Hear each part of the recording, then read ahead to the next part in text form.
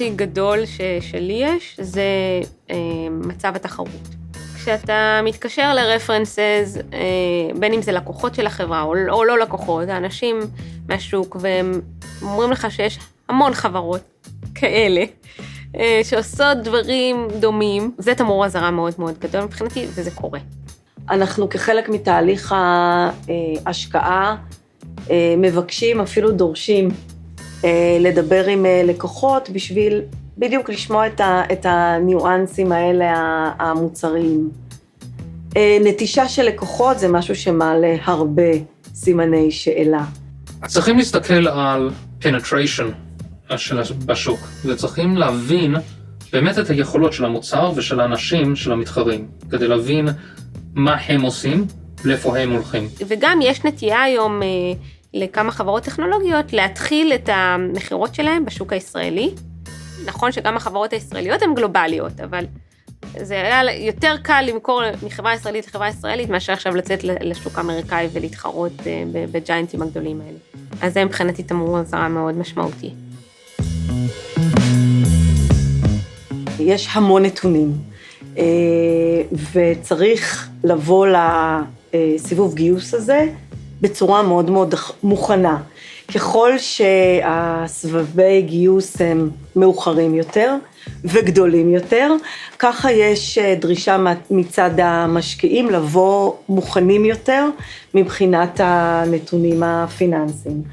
גם בצד הטכנולוגי, הרבה פעמים שאנחנו עושים דיפ דייב על המוצר, אפשר לעתים לראות שהוא לא מספיק עמוק טכנולוגי. עכשיו, יש לך גם דרכים לראות את זה. אם החברה היא בת 5, ועד היום השקיעה $2 מיליון ב-R&D, אז כנראה שזה לא היה הפוקוס שלה, אז זה תמרור אזהרה אחד. אם מה שהחברה עושה, זה איזשהו פיצ'ר, או חלק מסוים מחברות שעושות סט הרבה יותר גדול. אז אתה מבין שגם לעשות את הדבר הקטן הזה, יחסית זה לא כל כך קשה. כל מיני סוגים כאלה של מוצר שמחפש שוק, ולא שוק שמגיע עם צורך למוצר, זה גם משהו שגורם לנו לפעמים לזוז בחוסר נוחות.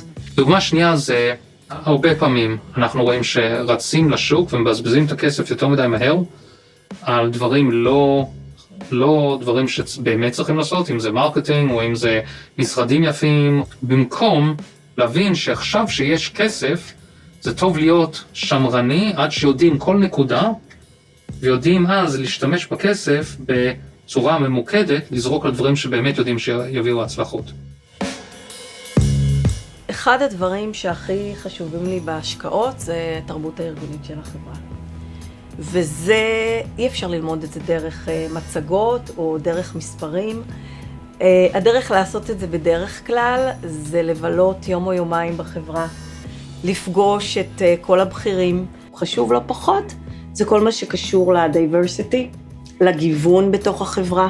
אני רוצה לראות שיש נשים בהנהלה, אני רוצה לראות שיש נשים בכל החברה, וגם במקצועות הגבריים יותר כמו R&D.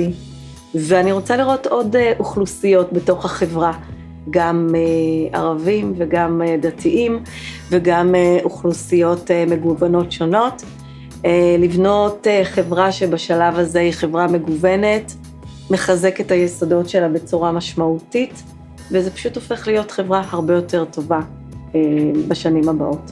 הייתי בשיחות שלמשל היזם אומר, כן, אבל לא אכפת לי כל כך על המשקיעים הקודמים, כי עכשיו זה הגיוס הזה, בשבילי זה מוחק את העסק באותו רגע, כי זה עניין של זמן. זאת אומרת שהיום הוא מוחק את העבר, מחר הוא ימחוק אותי.